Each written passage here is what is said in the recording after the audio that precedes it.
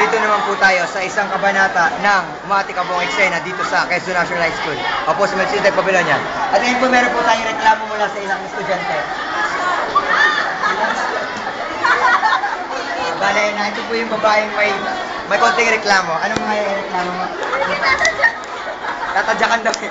Tatadyakan daw niya ako. Ang reklamo po na kanina pa daw po sila naghihintay. At ngayon po ihahain na natin ang kanyang reklamo. Okay, diretso. Hi, Mickey. Mamaya po. Nandito na po tayo sa room ni Ma'am Pinto at ngayon po tatanungin po natin siya. Ma'am. Saya di ko nakuha. Ma'am.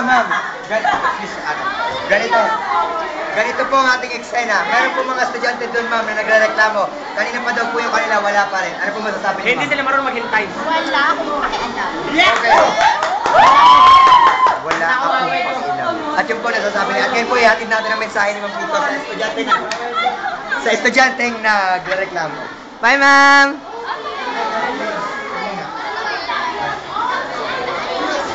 Oo. Teka lang. Nabunot lang, nabunot. Nintay ko lang si Hans. Dali lang, dali. Ano pangalan nun?